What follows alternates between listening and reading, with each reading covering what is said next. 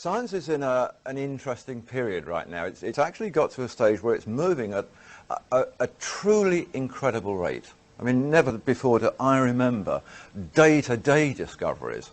Week to week was something, month to month was pretty average, but day-to-day now, science is changing. Scientists say there's nothing that we're working on that seems to follow the rules and the laws that we were dealing with yesterday. New things are coming. So even the most notable researchers and scientists and writers in the mainstream frontliner are now sounding more like science fiction writers used to. And their work and their discoveries is in fact seeming a little preposterous to that breed of people whose vision is constrained perhaps by what they perceive to be the limits of plausible achievement. The people who feel that it was all learned, done and dusted with passing that last exam. We've just been celebrating, and maybe that's the right or the wrong word, but we've just passed the 50th anniversary of the DNA discoveries by Crick and Watson. Ever since that time, ever since the 1950s, and in fact since the days of Albert Einstein himself, physicists have been searching for something which they define as the holy grail of physics, the holy grail being the ultimate quest, the ultimate relic of something that they're looking for. And they've never known quite what it was, but they know that it's there. This is a famous picture by Salvador Dali that was produced at the time to actually commemorate the DNA discoveries at that time. And it was an unusual picture. It got a lot of very strange press at the time, because not only was Dali a surrealist himself, but he actually now had subject matter that was surrealistic. Who could portray this? How did one show DNA? What did it look like? So this is the picture. What scientists have been looking for, in essence, is a sort of universal, unified theory of everything. They've reached the stage in the last few years where they seem to know now that the biggest questions of all will be answered by the smallest substances. And they're looking at atoms, and then they're looking at nuclei, and then they're looking at quarks and protons, and it gets smaller and smaller and smaller, and every time they get more and more excited because they make more and more big discoveries. Scientists of various sorts have established now, they've informed us that matter, any matter, can be in two places at the same time. They now know that particles that are millions of light years apart somewhere up in space can be connected. They can cause a situation where they talk to each other through light years of space with no seeming physical connection at all. Space-time can now be manipulated, bent, crumpled. Teleportation, they say, is becoming a reality. Gravity-resistant material is now heralded for air transport, certainly for spacecraft, and everything now that they're talking about seems to be in the realms of hyperdimensional environments. Parallel universes, they call them. Dimensions beyond the space-time that we live in and are familiar with and understand. So we're going to be looking at all of this in a fairly strategic way, and we're going to be looking in particular at doing it by virtue of a particular substance which is called an orbitally rearranged monatomic element. Now it looks as simple as that. It looks just like a little white powder that on the face of it could be anything. That particular powder, not so long ago, was a sliver cut from a 24-carat Canadian maple leaf gold coin. So that gold powder is nothing but the atoms of gold. It's called asymmetrically deformed high spin. It's a high spin element because the way that the nucleus is shaped and the way that the electrons spin around it changes. And it's gold in a very shocked and frightened state that simply says, I don't know what I am anymore, I'll just fall apart. It would be the same whether it was atoms of platinum or any of those metals that are classified as noble, transition group metals, the science call them. The interesting thing about it is that within the space of time that it takes to transform a piece of gold into that, we move through analysis in a situation where here it tests as gold. Here, it doesn't matter what analysis you use. You can use spectroscopy, neutron activation, chemical analysis, whatever you like. It won't tell you it's gold. It is not gold anymore. It's a very strange and unique form of silica now. And this has caused a lot of interest in the scientific world. They've actually established now that those things which are the prize valuable metals are actually constructed of atoms that aren't metal. The only thing that is metallic are the bonds, the little gluons that hold the atoms together and form the solid. And once they've gone, the metal goes, the colour changes, the colour just disappears. This material has become enormously important. It's become important in terms of the medical industry, it's become important in terms of the power generative industry, it's become important in terms of fuel, and therefore it moves from the operating table of the local hospital into the spacecraft somewhere up there. This is a material of great magic. In today's world, the Institute for Advanced Studies in Austin in Texas has described these materials as exotic matter. It can think of no better way to explain them. They're exotic. They conform to no rules, and that they're not like anything else they've ever known. They are not on the periodic table of elements. Science has never known about them until the last few years. Nano is a word that you'll be seeing a lot of. It is a form of measurement, it's a new measurement, and it simply means 1/1,000,000th of a millimetre. Minuscule proportion, and this is where they're making the biggest discoveries about the universe. When Lost Secrets of the Sacred Ark was first published, and that was 10 months ago, there were scientists claiming then that there was no such thing as monatomic gold. Well, that was their view then. These are some of the things that we get in today's scientific press.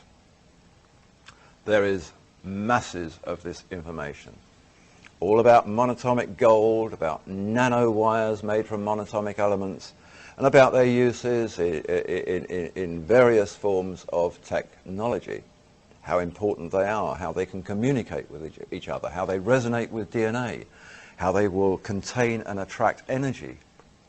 It can't reconfigure itself as metal. What it actually is little strings of atoms, like the top picture there. They're called clusters or microclusters. Scientists are calling these wires now. They're really like DNA strands. They group together in little clusters, like the bottom part of the picture, and form these little clusters. So what we're seeing in the powder that we were just looking at, every grain of that powder is one of these clusters at the bottom.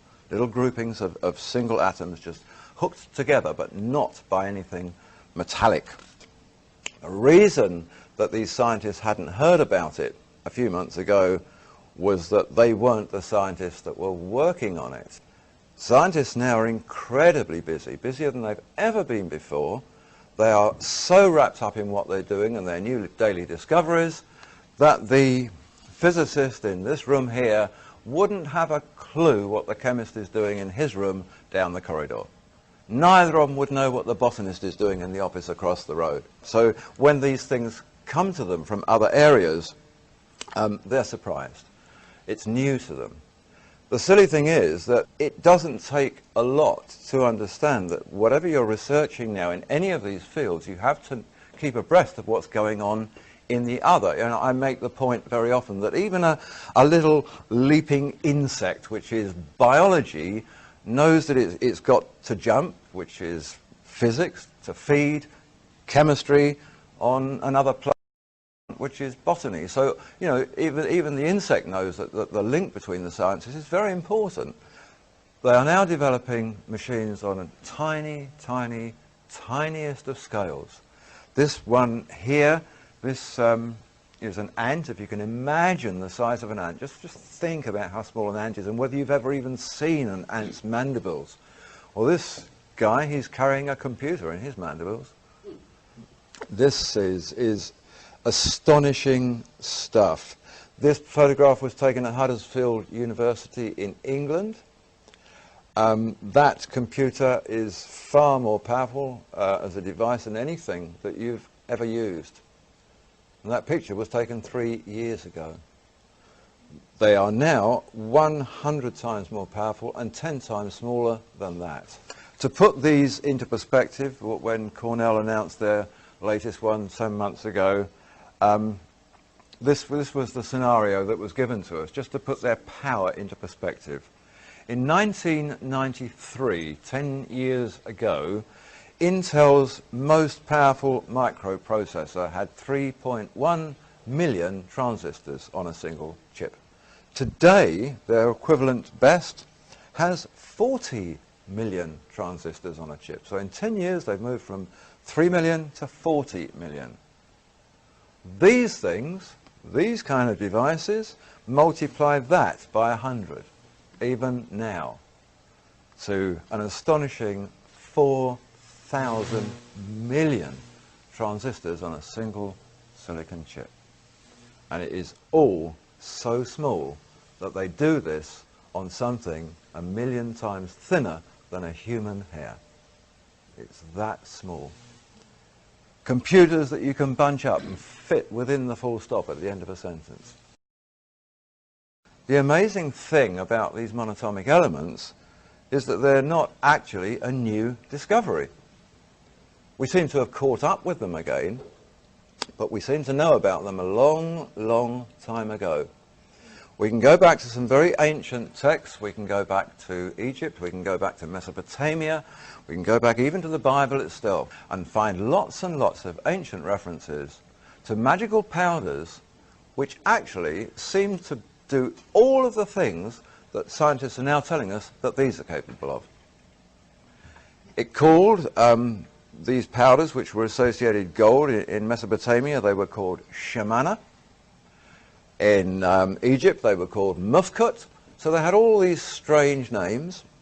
The Alexandrians called it the paradise stone. It's not a stone, it's a powder, but they called it the paradise stone.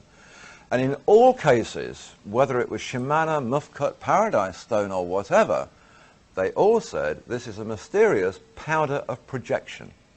A powder of projection. And the various cultures were unanimous on that particular description.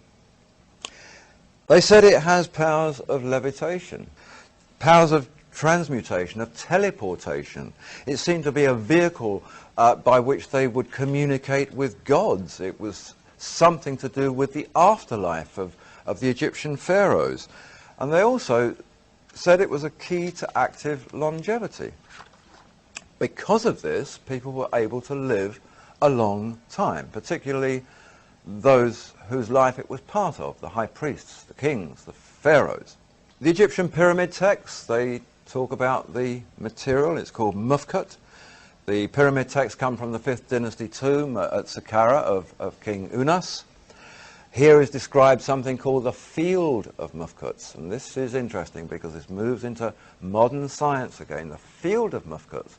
This material was meant to have a field around it or about it, or that it was associated with, that was very magical and very powerful, and was the field in which the pharaohs would communicate with the gods. It was the field that determined their final gateway to the afterlife. The stories of this field turn up earlier than the 5th dynasty. They turn up in the 4th dynasty. They turn up in the 3rd and the 2nd. And it's very interesting that we've never discovered the bodies of any of those old kingdom pharaohs. We've discovered what we think might be their tombs, but we've never discovered their bodies or their mummies. Those that we've got are from a much later time. Somehow or other, they seem to have vanished into thin air. And the texts tell us they were sent into the field of mufkuts. Intriguing. This is a portion of an old Egyptian temple. There's an interesting story behind this temple. The anniversary of its discovery, the 100th anniversary, is next year. It was discovered in 1904, but it was not discovered in Egypt. Back in 1904, the Egyptologist Sir Flinders Petrie, British archaeologist, went on an expedition into the land of Sinai to map the country for the Egypt Exploration Fund. And that was the land apparently where Moses had taken the Israelites and they'd crossed this land of Sinai to get from Egypt into the Promised Land. And en route there they'd stopped at this amazing mountain. And this was the mountain where Moses saw the burning bush. It was where he received the Ten Commandments and the Book of the Law. It was where he seemingly spoke with God and where they built the Ark of the Covenant. And this whole story is full of accounts of fires and all sorts of amazing magical things going on. Anyway, they decided to climb this mountain. They climbed it. 2,500 feet above ground level, they found a great plateau with this temple. An Egyptian temple in the middle of nowhere. 270 feet of it on this plateau. Another equal amount of it back inside a cave that was carved into the mountain. This thing was very important. At the time, they didn't know what they were looking for, they didn't know what they'd found, but they found a secreted hoard of pure, unadulterated white powder, which they said they winnowed and they sieved and they tested. There was nothing there, no residue of anything, just this amazing powder, which he said would disappear into your fingerprints. It was so fine. It seemed to have been an operative workshop, he said, more of a place of work than worship. The whole thing was dedicated, it seems, to mufkut and the production of mufkut. Every pharaoh from the 4th dynasty to the 19th dynasty was portrayed there. Every pharaoh had stated things that were written on tablets in this mountain. So these wall reliefs depict, going through the pharaohs of numerous dynasties, strange presentations. This is an example of one. This is drawn up by the Egypt Exploration Fund, this particular one from a relief. This is Pharaoh Amenhotep III. This is an 18th dynasty pharaoh. And the caption, these are all captioned in hieroglyphs. It says, Shebek Hotep brings the noble and precious stone to his majesty. He is the guardian who brings the bread because he is the great one over the house of gold. So we have this, and we have this fellow here called Shebek Hotep, a treasurer fellow who's holding in the middle of the picture this cone-shaped object. So the association is there, and there are numerous of these. And once that had been discovered in this Sinai temple, the moment Egyptologists went back into Egypt and began to look, they kept finding these. Mufkut, cones, bread, light. It was about bread. It was about something the kings ingested. They were eating this material that was formed into little cakes, but it was a powder. The Old Testament book of Exodus gives us a really good example of this in operation. It took the longest time before anybody even thought to ask a question about this little bit of the story in Exodus. Many of you will know the story. Moses had been up the mountain. He'd come down with the Ten Commandments, and then he broke the tablets because he got terribly angry to see that his brother Aaron had collected all the gold earrings from the Israelites and melted them down and made a golden calf as an idol of worship. And he said, well, that may be the way we used to do things. We don't do that anymore. We have this new culture here that we're part of, and I've just spoken to the Lord of this culture, and we don't worship graven images anymore. And he got very angry. And then it says this, that he took the golden calf, he burnt it with fire, he transposed it with powder, mixed that with water, and fed it to the Israelites. Interesting little story. He took gold, burnt it with fire, and transposed it into powder. That doesn't work. You heat gold with fire or burn gold with fire, you get molten gold. You don't get powder. Nobody, it seems, thought to ask the question. They use this, it says, to make bread. They could mix it with frankincense, the Bible tells us, and mold little bread cakes, which the most ancient Bible text that we have, the Septuagint, the old Greek Bible, calls bread of the presence, presumably bread of the presence of God or of something important. Shemanah means firestone. This is a relief from that temple, another relief showing a bread presentation again. It was always linked with bread. They were always little conical shapes. We know that from about 2,500 BC, the pharaohs in Egypt, or the kings before they became pharaohs in Greek times, were ingesting the bread cakes of this white powder substance. Only the metallurgical adepts knew the secret of its manufacture. Metallurgical adepts, yep, it's made from metal, that makes sense. The high priest of the temples had a very strange title. The high priests of the Egyptian temples were called the great artificers. Well, a great artificer is a worker in materials, particularly metals. So that was sort of interesting. It's beginning to link together, and thinking back to Petrie's concept, yeah, these were places of worship, not worship. Temples were not the same as churches, that evolved from the concept. I actually looked in just the English language word etymological dictionary from Oxford University. It traces the origin of words, and lo and behold, I only had to go back 700 years to discover that the word we now use as worship had a K in the middle of it. It was worship. They used to work for the gods. They didn't used to worship the gods. They used to work for the gods, whoever the gods were. It was said that this was the food of the light body. They said we all have bodies, but we don't just have physical bodies, we have light bodies. And just as we feed our physical bodies, they said, we have to feed our light bodies so that they will be nurtured and grow in the same way. They have to be as fulfilled as the physical body. And they call the light body the car. Well, it's interesting because scientists in recent times have actually called this material the light of life, because it resonates with DNA on the same frequencies. It's a light wave. We find lots of references to Mufkut. This relief here, this picture, this drawing was actually done by the Russian scholar Emanuel Velikovsky. And he drew this up simply to give us an image of this relief at Karnak, at the Temple of Karnak. This shows the treasures of the Pharaoh Thutmose, the third. Mufkut in Egyptian law was always portrayed as a cone shape. Now these things sit there in the gold section. And it says underneath, these are gold, but we call them bread. 1450 BC, roughly, Thutmose founded at this temple at Karnak a college, an institute at the temple of scholarly, priestly types who were called the Great White Brotherhood. The Alexandrians wrote of them and said they were called the Great White Brotherhood because they were absolutely obsessed with a mysterious white powder. And they made some interesting comments.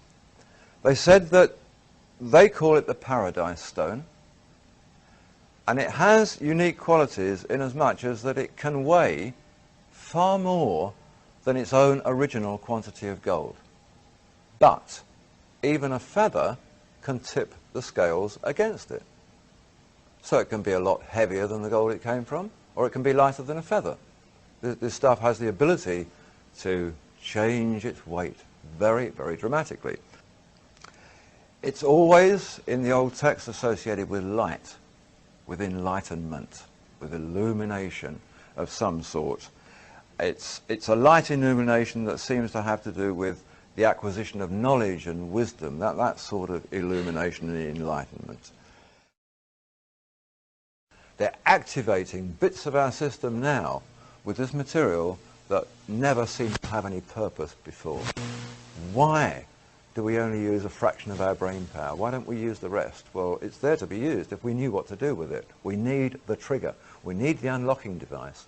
These materials are it. They're what was used to feed the car, the light body, to give anti-aging, to restore the youth, to take the pharaohs into the afterlife or whatever.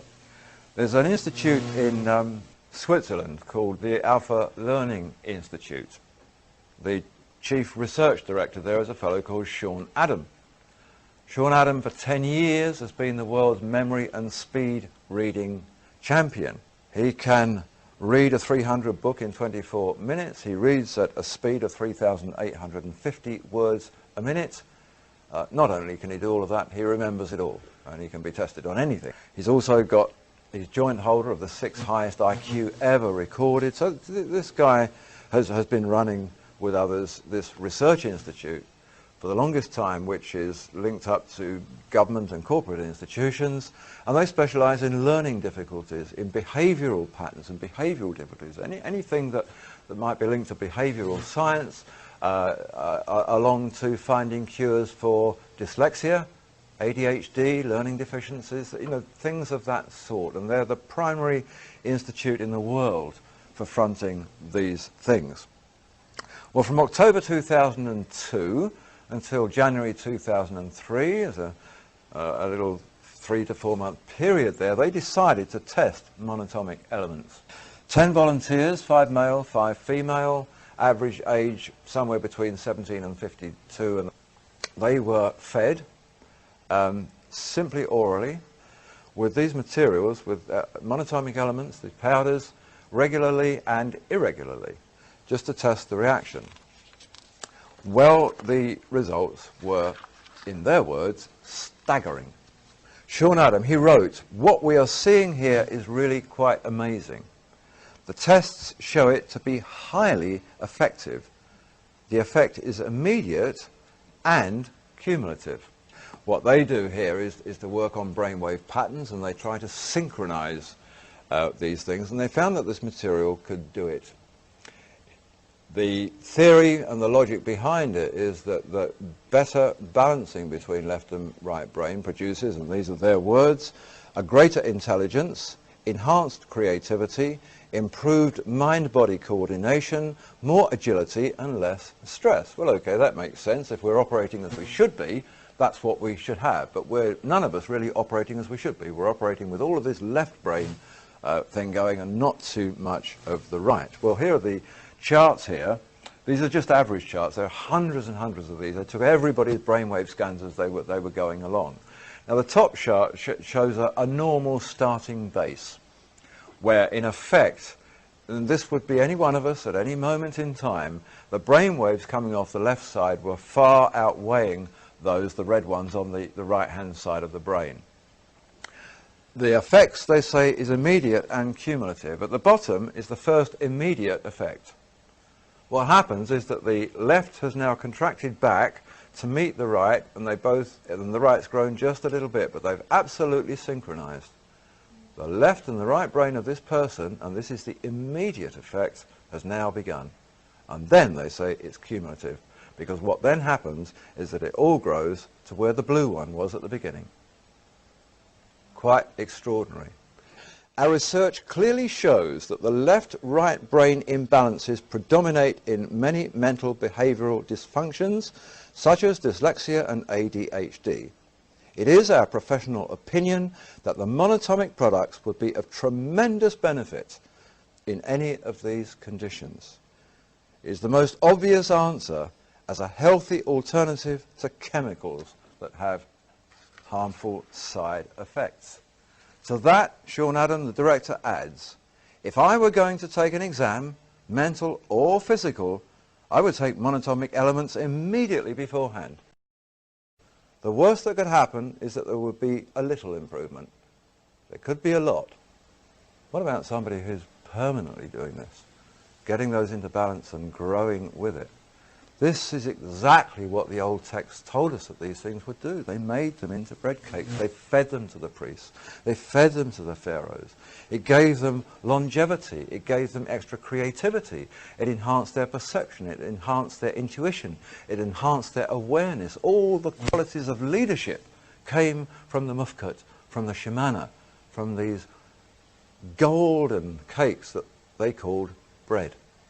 It's clear from the evidence of all these ancient things that it didn't matter what they called things. It didn't matter that they didn't understand perhaps the true science that we're beginning to understand now. What they did know is that it worked. It did certain things.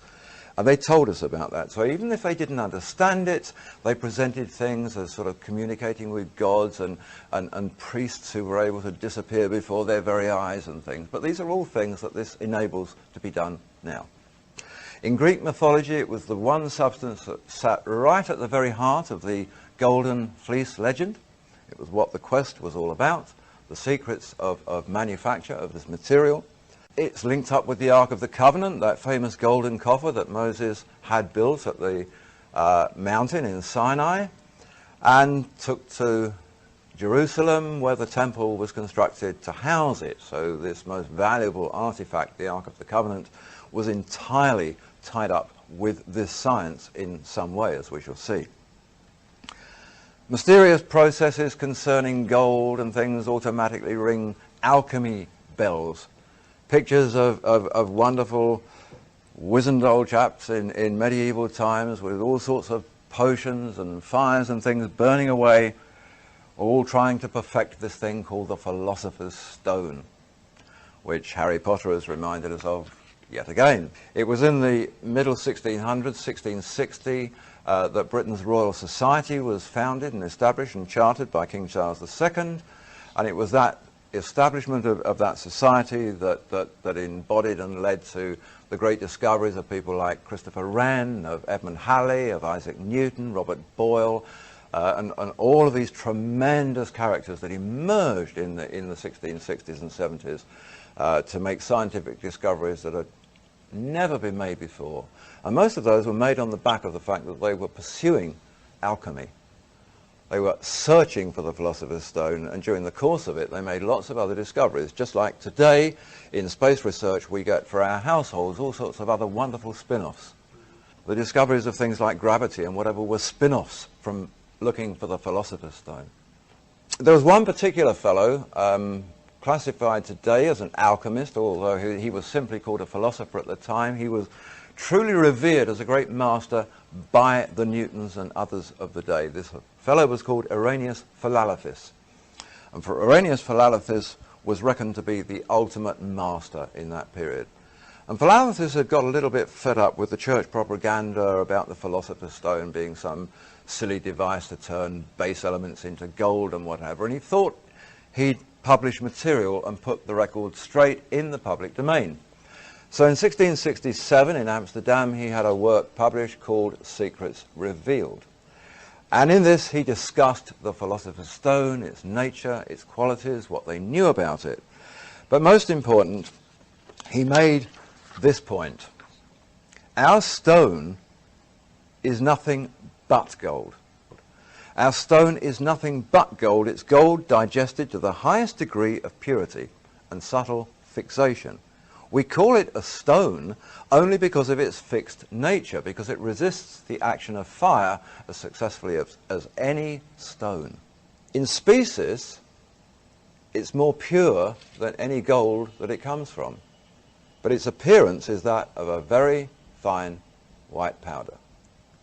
That was the Philosopher's Stone, straight from the hand of the most famous chemist, alchemist of his time. We go back 200 years, we go back to the 15th century. We can look at the last testament of Nicholas Flamel, probably the best known of all the great alchemists of all time. A fellow who spent 20 years from a very poor base studying his science and ended up probably as the greatest and wealthiest benefactor that France has ever known. He made the point on the 22nd of November 1416 when writing his last testament, exactly the same. Our stone is gold, but it's perfectly prepared gold. It's a fine powder of gold. That is our Philosopher's Stone. So we have a whole new perspective here. We have a perspective that says the Philosopher's Stone, despite all the propaganda, despite all the church has done to try and make it look silly, is not about turning anything into gold. It is gold. It's gold in the highest possible, purest form that it ever could be. And that white powder that we looked at earlier was exactly that. That was 24 karat gold. What's the gold that the Philosopher's Stone makes? The Great Enlightenment. Not the great enlightenment of money and wealth and riches and a lump of gold. The great enlightenment of wisdom and learning and intuition. That's the real Holy Grail.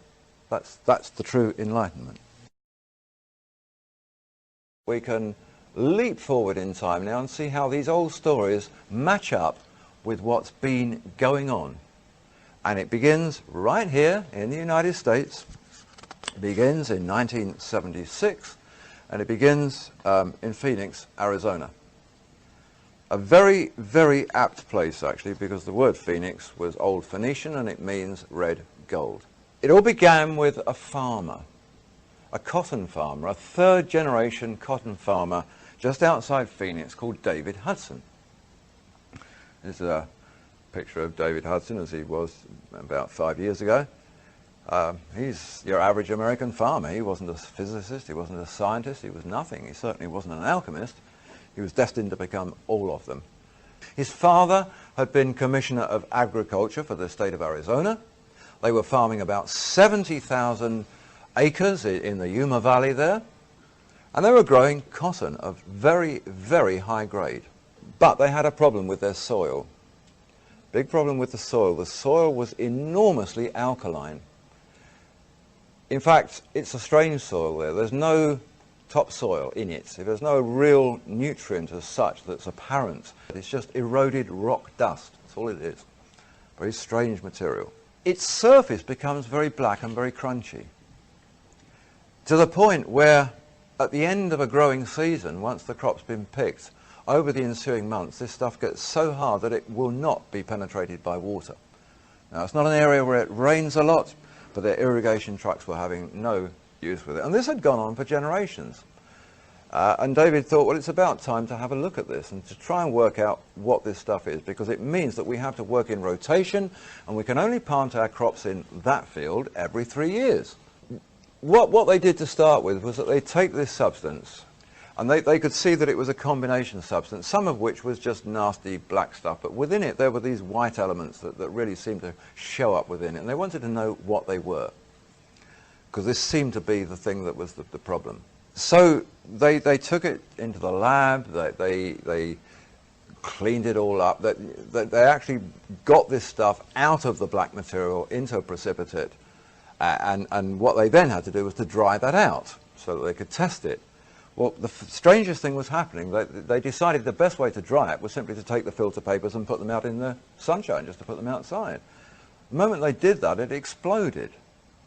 Now, it hadn't been that the farmland had been exploding, but the moment they separated this material and put it in the sun, something about the heat or the light exploded it. And it was explained as if it was like a flash of 40 or 50,000 flashbulbs all going off at once. Not only that, it disappeared.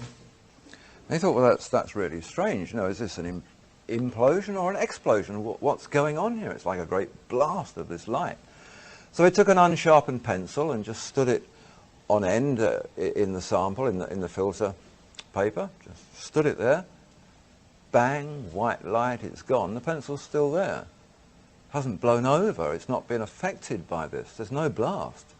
So they said, okay, this needs cleverer testing than we've got. So up they go to Cornell University. Now at Cornell at that time, they said that they got this amazing new equipment, and this equipment could test anything that you'd got down to 3 to 5 parts per billion. So they put it on their machines, and they came back and they said, it's iron and silica and aluminum. And they said, well, it can't be. None of those things disappear in a blaze of white light. No, I mean, none of them have these properties. There must be more to it than that. So they tested them again, and they discovered that actually the reading that they were getting was just a little impurity at the front level. It was reaching the boiling point of these particular substances. And once they got rid of them, and they were less than 1% of the whole, once they got rid of them and tested 99% plus of the sample, they said, we can tell you exactly what you've got. Pure nothing. You have nothing that our machine will read. It will not acknowledge that there's anything on there being tested. It's nothing. So they said, okay, we'll try arc emission spectroscopy. Very, very simple process. 2 electrodes. The bottom one has a cup in it. You place your sample in the bottom cup. You bring the other one down and you strike an arc. That arc heats up and ionizes what's in the sample, and one by one, as it reaches the boiling temperatures of each of the constituent elements, it will read them off and tell you what's there. So if, for example, you put a motor car engine in there, its first reading would tell you it was water, because it was reading the cooling system.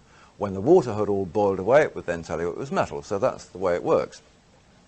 So anyway, they put the stuff in there, and the same thing happened. They said it was iron, silica, and aluminum, and that was it. Nothing was recognizing it. It was not listed. It was totally unknown to science, this strange white material that would disappear from vision.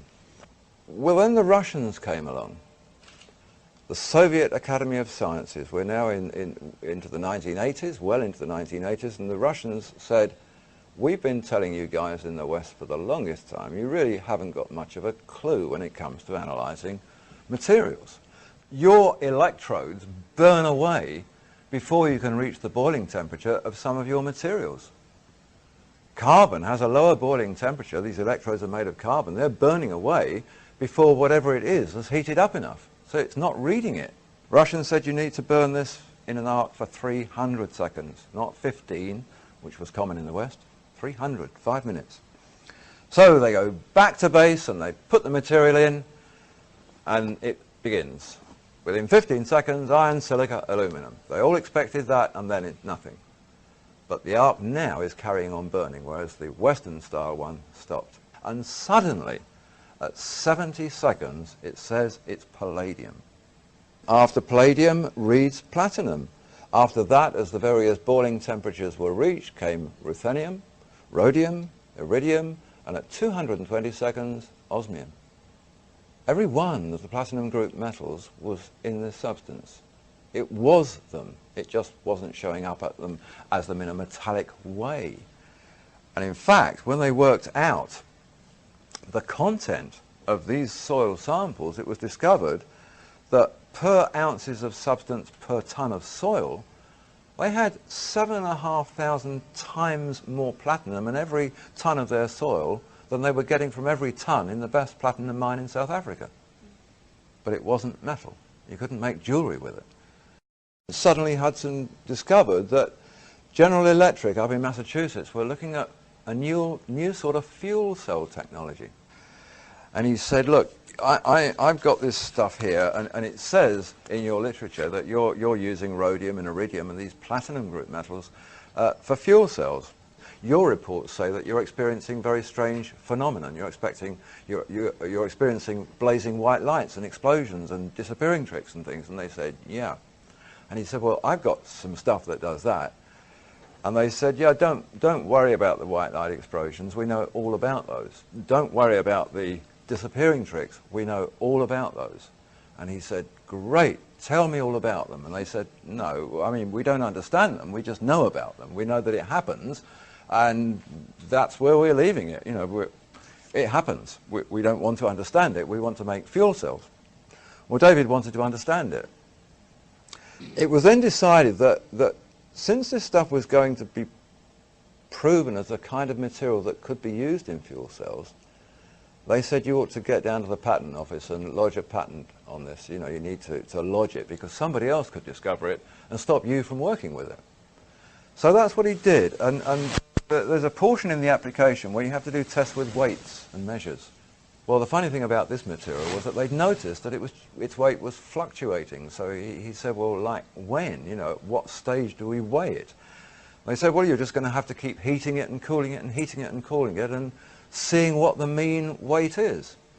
So they got this machine, which is called a thermogravimetric analyzer, and they started doing this weighing.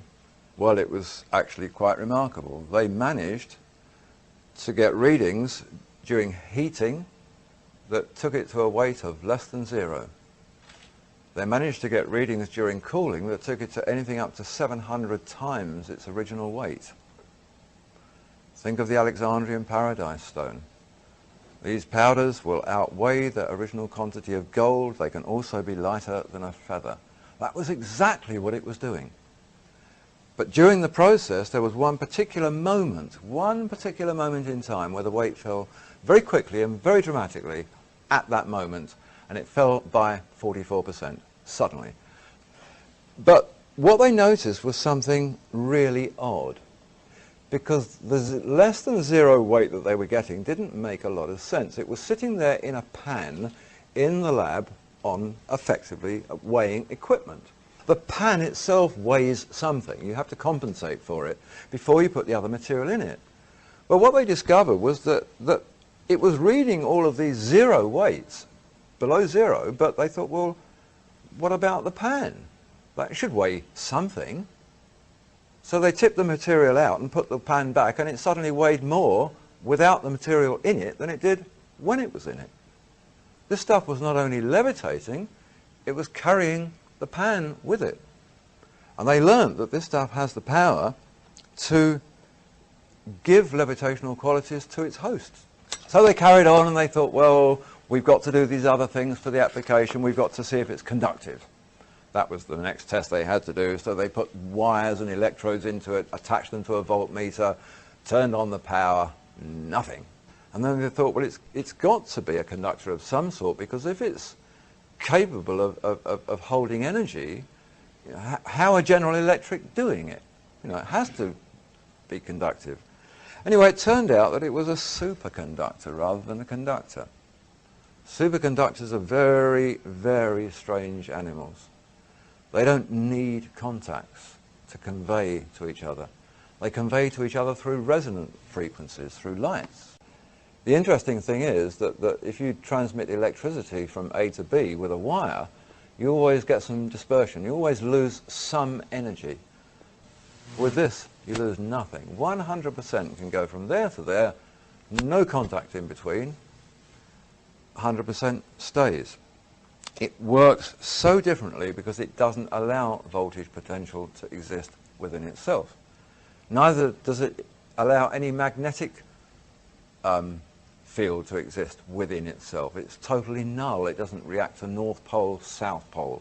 It has its own quality, and its own quality defines all the laws. Here we have a standard magnet. We have North and South Pole. It's the magnet we all use. It will attract metals. And in fact, even if you put above it something that it won't attract, it'll fall down onto it because gravity will just take it there. That superconductor doesn't. Wants nothing to do with it.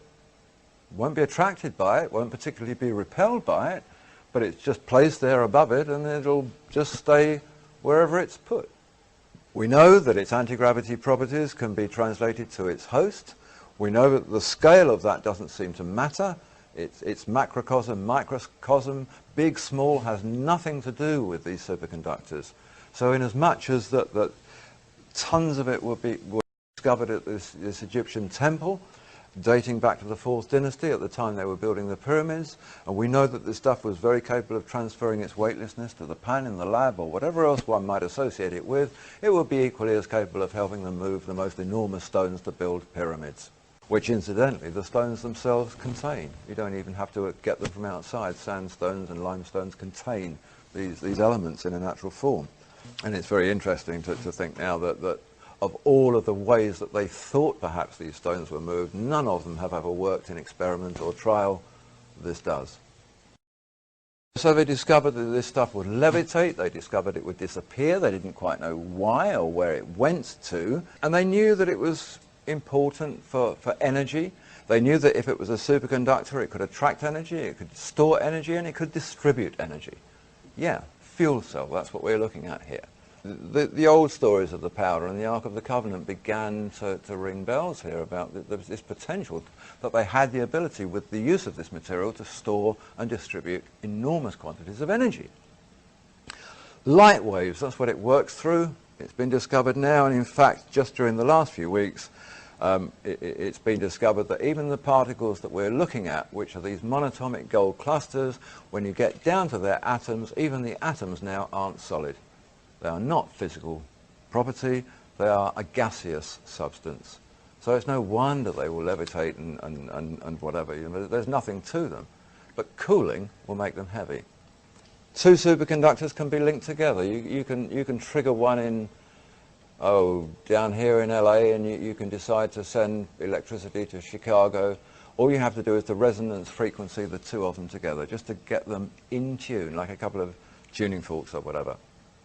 And you turn it off and you can go away for 100 years and come back and it'll still be flowing until you decide to turn off that triggering mechanism. So Hudson got very, very, very excited about all this, and he went along to the Institute for Advanced Studies in Austin, and he met with the director there, a fellow called Hal Puthoff, who many of you might know or know of. And Hal Puthoff is famous for his studies of zero-point gravity and vacuum energy, that sort of thing. What Puthoff had established, he'd been working on gravity calculations by the Russian physicist Andrei Sakharov from the 60s, and he'd been working out the mathematics for this, and he'd worked out that matter was capable of resonating in different dimensions that weren't ours. But what he calculated mathematically from Sakharov's work was that the moment it begins to do that, at that moment, the moment you know it's on the change, just hooking into the beginnings of another dimension, it will automatically lose 4/9 of its weight. And Hudson went along, he said, look, this is really interesting because 44% mine's losing, and that's the same. It's the same figure, 4/9. And so they agreed, well, yeah, I mean, it's because this stuff is beginning to resonate in another dimension. That's what's happening to it. It should disappear totally, he was told, if it carries on, and he said, it does. Disappears totally. We don't know where it goes, it just disappears. So they decided to test this. And they said that, look, the way to do it is this. If you have a little pile of powder in a pan and it becomes invisible, that means it's still there, but you can't see it. So if you've got a spatula and messed it up in the pan, it would come back, when it comes back, in a mess. But we suspect that yours won't. We suspect it will come back in the same shape that it disappeared in. And that's exactly what happened. It didn't come back in a mess. It came back looking exactly like it had disappeared, in that same perfect shape. There you are, they said. It's not invisible. It has simply moved out of our space-time, and it's now been brought back into it. Well, from that moment in time, and around that moment in time, scientists all over the world were talking about these hyperdimensions. Britain's Stephen Hawking, the famous Cambridge professor, Sir Martin Rees, our astrologer royal over there. It took a lot of people by surprise, really. They were saying that there are realms that exist around us and within our environment that we know nothing about. They called them hypersystems. They didn't know how to explain them, and they were coming up with drawings of this sort, trying to explain these sort of parallel situations, but it didn't really work. Such pictures didn't prove anything. It was demonstrated that the concept of another dimension was demonstrated by Cubist art, of all things. Cubist art was based on a principle of showing the dimensions that we can't see. And they had this wonderful thing which they called the Great Prismosaurus. Now, the Great Prismosaurus is an article with millions of facets on it, but it actually has a fourth dimension for everything. Everything that you can see the outside of, you can also see the inside of. What are these dimensions? Well, Martin Rees explains that our dimension is called three-dimensional because it goes up or down, or left to right, or backwards and forwards. We have no objective perception of it. We just live within this realm. There are other universes, they say. Some are crumbled up, so small that we can't even imagine them, but they're accessible. Others, they say, are a millimetre away from us. It's the world where Einstein's theory of then, now, and the future all coming into play at once. It's looking at the 30-story building from outside as against being in it on its 15th floor. On the 15th floor, you perceive the 15th floor. You can look out of the window and know that you're part of something bigger, but you can't see the other floors. Well, the other dimensions are, in fact, those other floors. You can move into them, you can travel up and you can travel down, but you have to know how. You have to know how to trigger it. They say that gravity, they now understand, gravity is actually a signal leaking out of one of these other dimensions into ours. That's where they say the power of gravity comes from.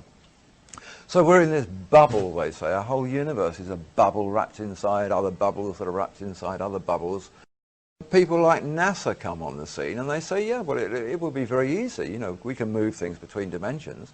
We're not actually doing it yet, but we know how to do it because it's really a matter of resonance frequencies. All you have to do is to tune the locations to each other, just like setting up your radio onto a station. You know, when you get it in the right place, the message comes through.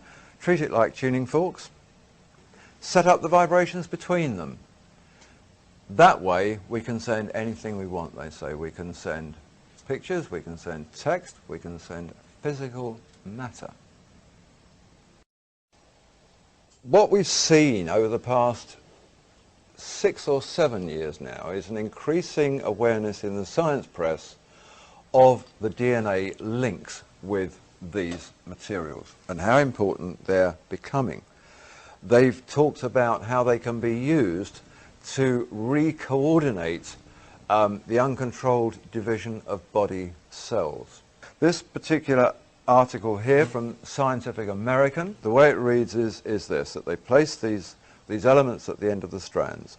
The researchers examined the electrical properties of short lengths of double helix DNA in which there was a ruthenium atom at each end of one of the strands. Mead and Khayyam, the scientists, estimated from earlier studies that a short single strand of DNA ought to conduct up to 100 electrons a second. Imagine their astonishment when they measured the flow along the ruthenium-doped double helix to find that the current was up by a factor of more than 10,000 times. It was as if, they said, the double helix was behaving like a piece of molecular wire. Wow. It's our monatomic gold wires. They're able to turn the DNA into becoming a part of its structure, or vice versa. The two things can become one. By this means that they build up an integrated circuit of light within the body, and they have the ability to perform cell correction. DNA has memory. What does the memory do? It tells the DNA what it should look like. It tells the cell structure what it should be.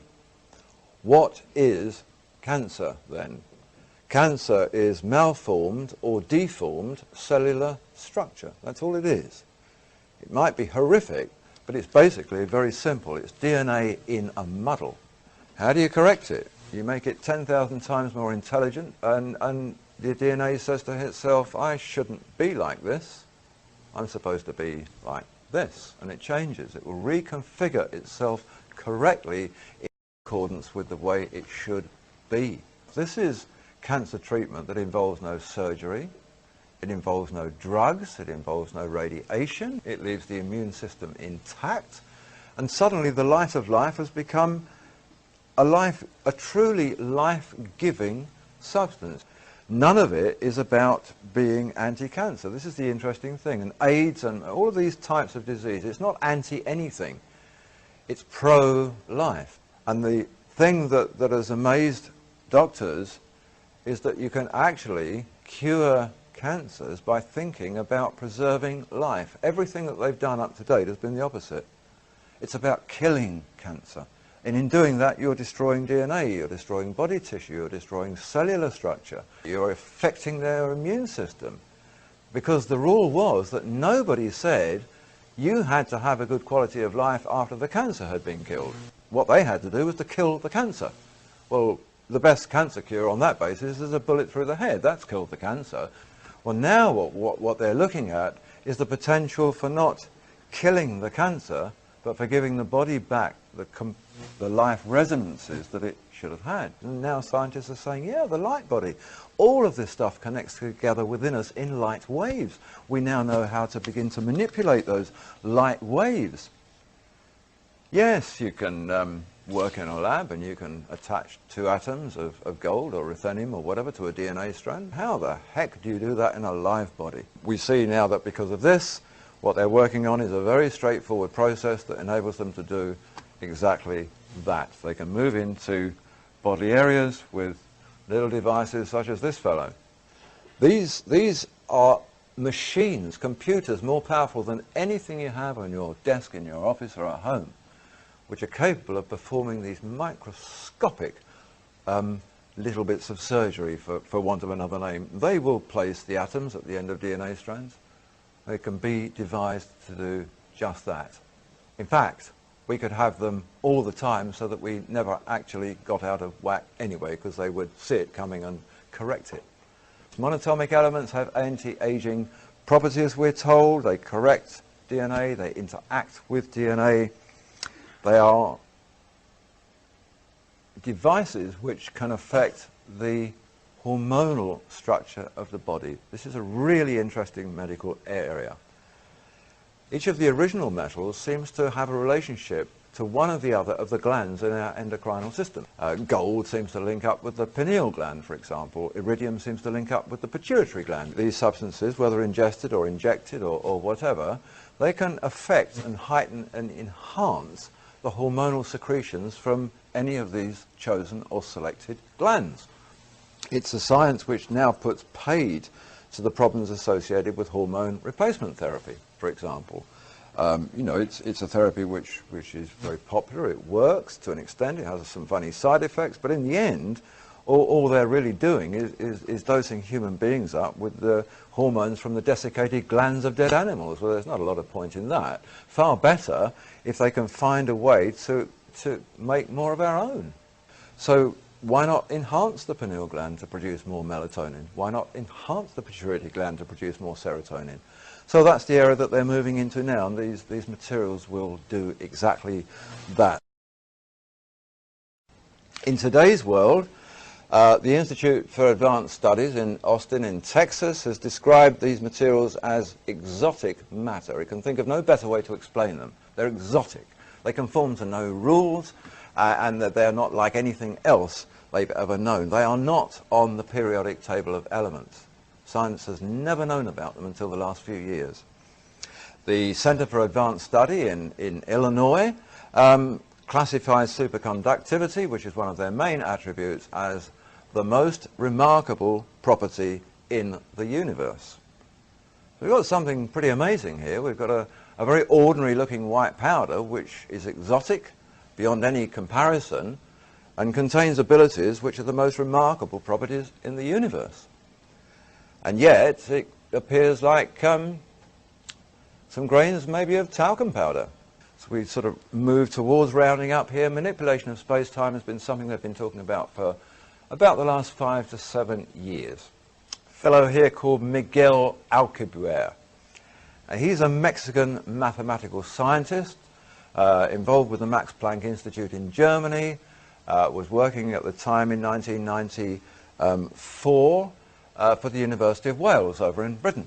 This is the abstract at the beginning of a multi-page document that he wrote, the journal Classical and Quantum Gravity, which caused quite a stir worldwide. He didn't pose any questions. He didn't say that this is what we're researching.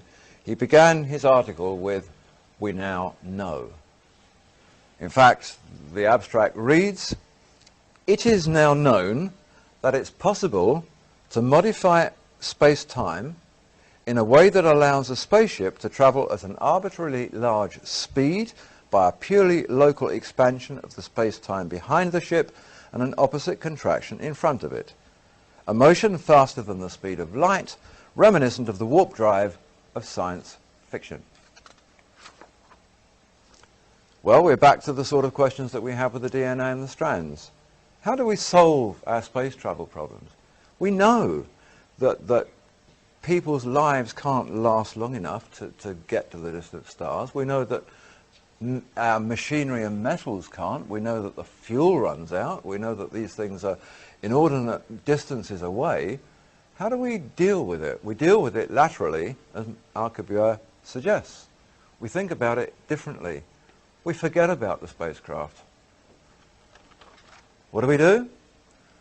We look at the spacecraft, we look at the million light years that it has to travel, and we know that that's impossible.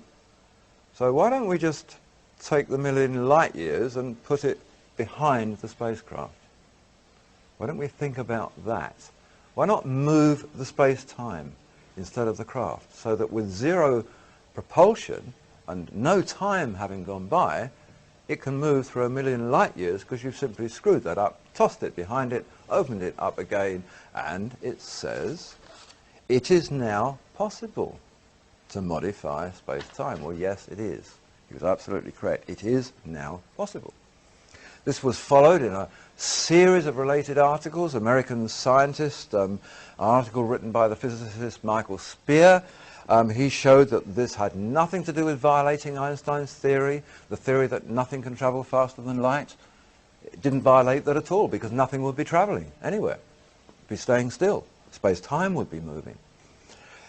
The acceleration rate, he said, would be enormous in theory, but there wouldn't actually be any.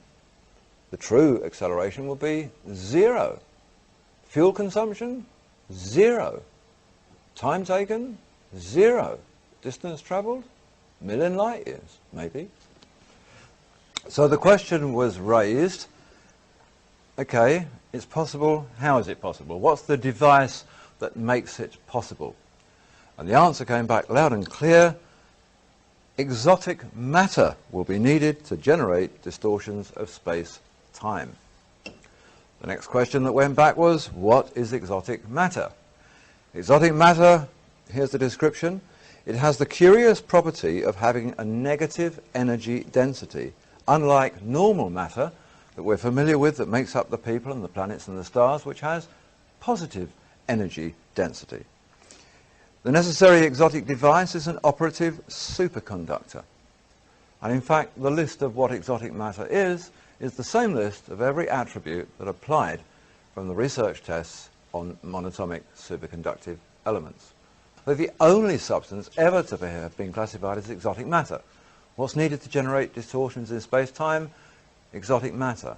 What does bending space-time mean? It means the ability to move from one dimension into another. What did this stuff prove that it can do? Move from one dimension into another and be brought back again.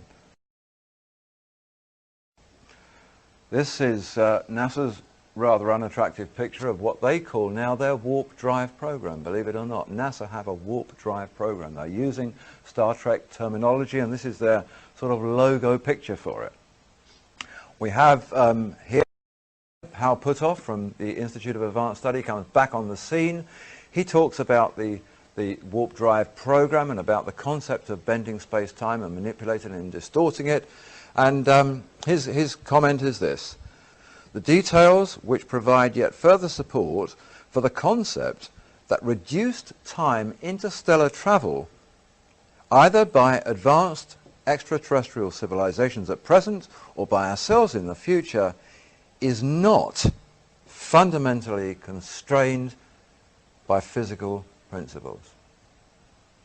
We cannot enter research any day, he's saying, trying to constrain the possibility of our discoveries by the laws of physics that were applied yesterday, because they are already outdated.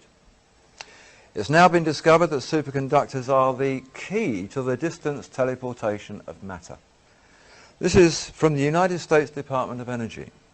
The technique is to prepare a couple of quantum systems some distance apart. We take a digital measurement of the local system and transmit this to reconstitute a new quantum on the other side. It's actually the same as any of you sending a digital image from your computer to one of your other computers. It's simply changing it into a digital thing that can be transmitted through frequencies and sending it and reconstituting it where it appears. Except that we're not talking about images, we're talking about physical reality. Most significantly, continues the US Department of Energy, most significantly, by this means even people could be transported by sending enough classical information. So, they're on the borders of it now. We now have a situation where we have, like in the medical race, we have a race between those people thinking in terms of anti-gravity aircraft and bending space-time to get spacecraft through situations, but we have this other stuff going on which actually says to us, by the time we get there, we won't need machines to travel in at all. We'll be able to teleport anyway. Scientists at NASA, at Argonne National Labs, up there in Chicago, all sorts of institutes around the world, at the Bose Institute of Calcutta and universities wherever, have all stated now that they have been able to link particle elements together, no matter how far apart they are, whether it's single atoms or trillions of atoms, they can link them together. So the sciences, all of these quantum sciences now, whether it's in Vienna, in Denmark, or here in the United States, they're all moving into the forefront. Everything's being called nano, everything's being called quanta. quantum, how much. They make the point of the problem that we face, and it's just like the cancer and the DNA. It's a massive problem with a very small answer. Proxima Centauri is our nearest star. Our next star is 4.2 light years away. That's 4.5 years travelling at the speed of light. The Voyager spacecraft left our atmosphere at 37,000 miles an hour. Even at that speed, it would take it 87,000 years to get to that star. There's no way we can do it. It's impossible. Everything dies, everything collapses, everything runs out, falls apart in the course of it, unless you take the space-time away. That's what they're working on now. That's what they're having to do.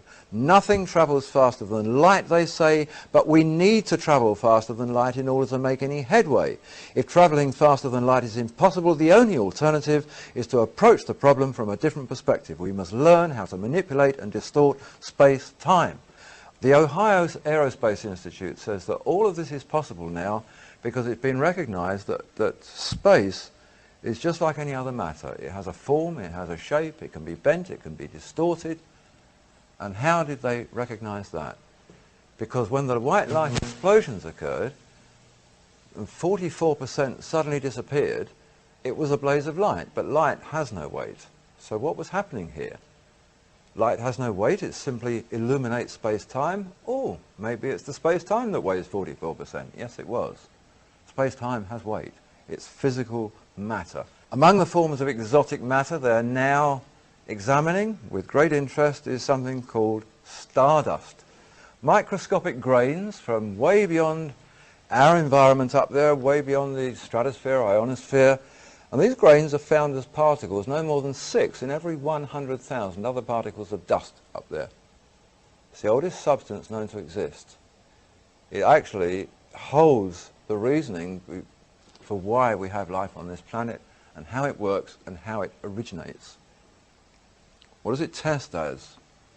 A very strange, unique form of silica that doesn't seem to be anything except they know it has a metallic base, but it's not showing up in the tests. Sounds familiar? Sounds very familiar.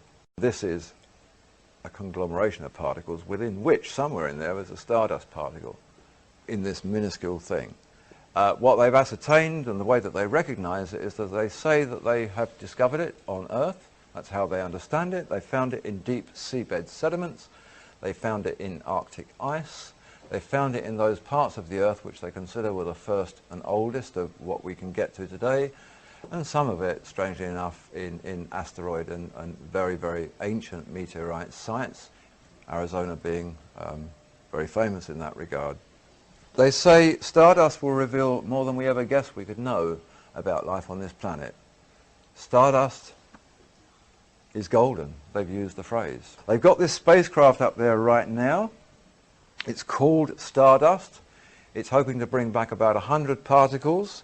It'll bring them back and they'll be tested at the Johnson Space Center from January 2006. And how does it collect them? How does it distinguish 6 out of every 100,000 other dust particles when it's going through millions of thousands of them at a time? This device on the top there, this grid thing, is full of something called aerogel. Aerogel looks like nothing. It weighs absolutely nothing. There she is balancing it on her fingertips. It can be penetrated by nothing. Not even heat can get through it. That Bunsen burner is having no effect on those wax crayons. Aerogel is absolutely and totally heat resistant. It will withstand particle and granular impacts of 60,000 odd miles an hour. Why is it called aerogel? Because it's made from air. 98% of that is air, nothing else at all. 2%, they won't tell us. It's a secret, but wow, what a secret that is. Why have we always known that gold was valuable? Why have we always hoarded gold? We've done it for as long as we can think. From the 1840s, when the California gold rush began, I'm told by the World Gold Council that to that point in time, only 10% of all the gold ever mined up until today's date had been mined. 90% of all the gold ever mined to now has been done since the 1840s. Think of ancient Egypt. Think of Russia and its wonderful golden domes. Think of the way that gold was so visible throughout the whole of history. That was 10%. Where's the 90%? We pay fortunes to put a little bit on our wrist or our finger. Where's the rest? Well, we dig it up underground and we bring it up top, we clean it up, we melt it down, we turn it into gold bars and we bury it back under the ground again. A wonderful system. Nobody ever sees it. It underpins everything, but now they're selling it. Who are they selling it to? Interesting question. We have about 30 years of oil at best left in the world if we're lucky. Coal is just about done for. I mean, everything's getting too expensive now. We don't really want to burn stuff and pollute the atmosphere. So alongside the drug companies, the oil companies are really feeling the pinch as well. So who's buying the materials? I have a theory that probably it's the oil and drug companies, putting themselves in a position to become tomorrow's masters of the new source materials. Everything begins to link. You know, stardust is now the secret holder of the force of life. It's the origin of life. It's the giver of life. Well, so were monatomic elements. So were the ancients saying about the shamana and the mufkut. It was all the same thing. Every description of these substances was always the same. We think about the Bible story. We think about how we can make monatomic elements now. We need electronic devices. We need fire. We need all sorts of things. But we need electricity. In one way or another, we need electricity. And this is the one bit of the equation that has to be got through very quickly, because this is our last remnant, we think, about electricity. How are we going to produce electricity to manufacture our fuel cells if we don't have the fossil fuels to have our power stations? We get electricity from its most natural source, which is around us all the time. What we need is a device that will attract electricity, that will store electricity, that will discharge electricity in a very controllable form, in enormous quantities. However, we need to do it. That's all the Ark of the Covenant ever did and all it ever was. If you look at the construction of the Ark of the Covenant, it is no more than a model for every capacitor made today, whether it's a capacitor for lighting up street lighting or whatever. An insulated, double-plated box with a positive and a negative node at the top. That's it. That's all it is. And you look at the description of the Ark of the Covenant in the Bible, which is given twice. You take every measurement, you manufacture it with the materials that it says in accordance with everything it tells you, and you have a 100,000 volt immediate electronic capacitor. You do what the Bible says, and you place an ohma of the shamana in it, golden pot of the white powder, you place it in there, you've immediately got a superconductor. You've immediately got a device that sets up its own Meissner field, which will levitate, which will be able to travel on its own, which will be able to issue gamma rays or whatever you need it to do. A very, very powerful device. We have to go back to these very simple devices that simply pull it in and hold it and issue it. The Ark of the Covenant is not wrongly named. It's spelt with a K in the Bible because that was the Greek way of spelling it. In every other language it's spelt with a C, and electronic arcing actually comes from that very same word. So everybody's now working on all of these things. NASA has developed its Breakthrough Propulsion Physics Project. That's what it calls it. What's the Breakthrough Propulsion Physics Project? It's how to get the stars by bending and manipulating space-time. That's what they're working on right now. Anti-gravity, that's the other thing. That's not necessarily just about spacecraft, that's about ordinary aircraft. Quite a lot in the press and on the internet, here from the UK Ministry of Defence and from the BBC. Anti-gravity propulsion is coming out of the closet, says Defence Weekly. Well, to this end, British Aerospace over in Britain has embarked on Project Green Glow. Over here at the top secret Phantom Works in Seattle, Boeing technicians are working on Project Grasp. They're very, very similar. They're both looking at anti-gravity aircraft. Why do we need aircraft that can fall down? We want aircraft that just stay in their frequencies and go wherever we turn the knob to tell them to go. In fact, they don't need pilots, really. Just send them places. This picture here is British Aerospace's latest design for a new stealth aircraft. Why do we just have to have something that radar can't see when we can actually produce things that we can't see? In fact, we can produce things that aren't even invisible. They're not in our time dimension. They've moved from our visible plane. Wouldn't it be wonderful if there was a stealth aircraft that simply left here and couldn't be seen by anybody because it wasn't there, because it was travelling in a different dimension and simply came back where we wanted it to be? Now, by the same token, on that basis, why couldn't ordinary aircraft, our passenger liners, travel in that same way? It doesn't have to be a bomber. It doesn't have to be that. You know, why can't we all be travelling in different parallel dimensions and getting to places in 5 seconds instead of it taking 11 hours every time I come over here? We are finding the place where the stardust, the monatomic elements, meet the stargate and will take us into the world of other dimensions, so that suddenly, as Puthoff says, we can't apply the laws of physics anymore. We have a whole new set of rules that belong to worlds and realms that we knew nothing about until now. We get to that point and just about everything that was impossible becomes possible. Thank you.